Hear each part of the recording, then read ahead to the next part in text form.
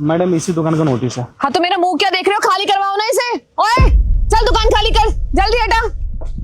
देखिए ये हमारा रोजी रोटी है, रोजी रोटी पर लात मत मारिए। कोई दिक्कत वाली बात हम नहीं करते यहाँ पर, बस बेचते हैं और अपना घर का गुजारा करते हैं। तूने किससे पूछ के यहाँ पे दुकान लगाया है? परमिशन ली है तूने? किसी से नहीं। तो फिर क्यों लगा रहा है यहाँ पे? सरकारी जमीन है, सरकारी जमीन पे तू अपनी दुकान खोल के कैसे बैठा हुआ है? पूछा तूने किसी से परमिशन ली? नहीं पर नहीं ली ना परमिशन, चल खाली कर। अभी के अभी 10 मिनट में दुकान खाली नहीं हुई ना तो मैं तोड़वा दूंगी सारी दुकान। पूरा जमा पूंजी इसी में लगा दी है, मत खाली करवाइए। देखिए कोई दिक्कत नहीं होगी, बस बस अपना गुजारा करें, हाथ जोड़े आपके आगे, खाली मत। सुन मेरी बात, ये नाटक करने की जरूरत नहीं है। पता है मुझे तुम जैसे लोगों के बारे में। अच्छा खासा पैसा कमाया होगा तो ये जो यहाँ दुकान लगा रहा है इसको शहर में भी तो जाके लगा सकता है ना। इससे ज्यादा बढ़िया पैसा कमाएगा वहां पे तू। यहाँ पर बिक्री अच्छा खासा होता है और मार्केट में जाएंगे ना तो पैसे लोग मांगते हैं किराए के लिए, तो हमारे पास देने के लिए पैसे नहीं है, इसलिए यहीं पर लगा लिए। अरे हद हो गई है, तेरा रोना धोना सुनने के लिए नहीं आया यहाँ पे। नोटिस लेकर आए हैं और ये नोटिस तुझे दे रहे हैं।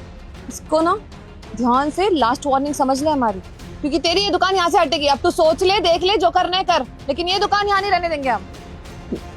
देखिए मैडम जी, साहब तरस खा लीजिए गरीब पर, ऐसा मत करिए आप लोग। अरे सरकारी काम है, कोई तरस वरस नहीं खाया जाता है यहाँ पे। किसके सामने हाथ जोड़ा है, पैर पड़ रहा है? हम कुछ नहीं कर सकते हैं, हमारे पास नोटिस आया है, हम भी काम करते हैं सरकार के लिए, और इसीलिए तेरे को बोल रहे, तेरे लिए लास्ट वार्निंग है, अपनी ये दुकान ना यहाँ से हटा ले, देख ले अपना कोई दूसरा रोजगार।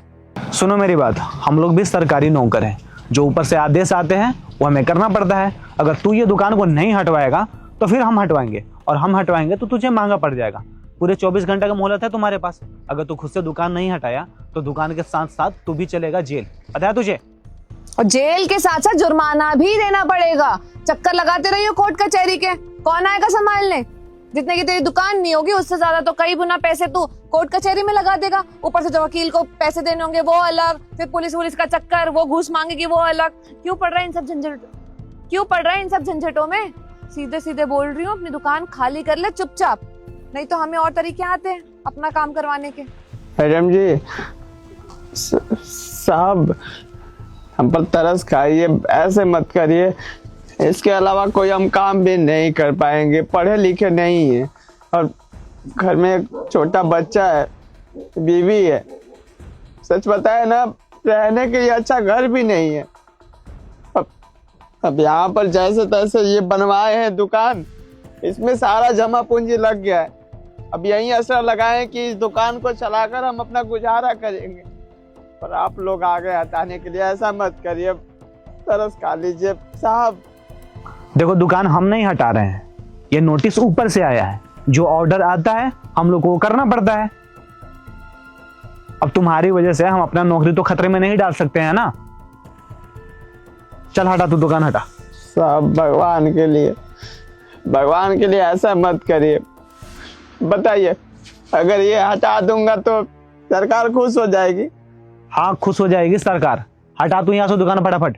सरकार को कोई फर्क नहीं पड़ता है। तुम जैसे कितने छोटे छोटे दुकानदार होंगे आसपास, और इस लाइन में हम किसी दुकानदार को दुकान नहीं लगाने देते हैं। बाकी दुकानदार भी तो बोलेंगे फिर तू इकलौता है यहाँ पे, तेरी वजह से बाकी लोग विद्रोह करेंगे, अच्छा थोड़ी लगेगा।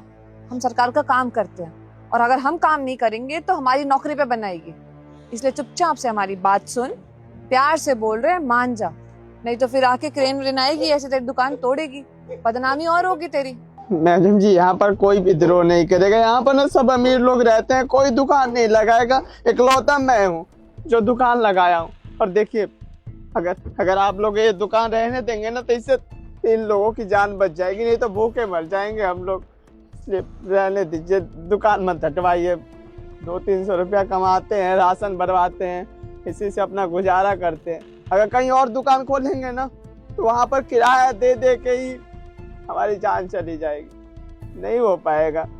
2-4 हज़ार तो किराया ही देना पड़ता है, और ऊपर से शहर में जाना पड़ता है, यहाँ से 5 किलोमीटर दूर, और बीवी अकेली रहती है, हम उसको छोड़ कर भी नहीं जा सकते।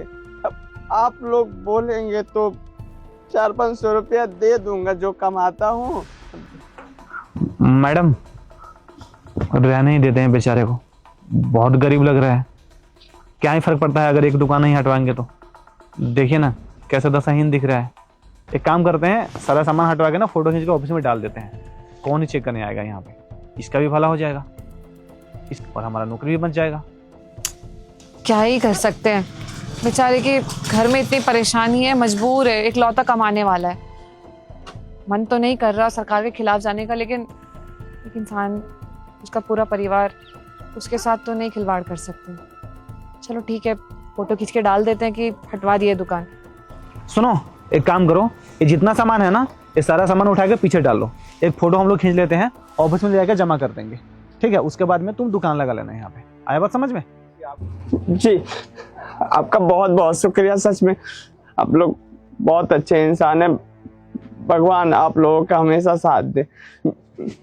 हटा देता हूँ।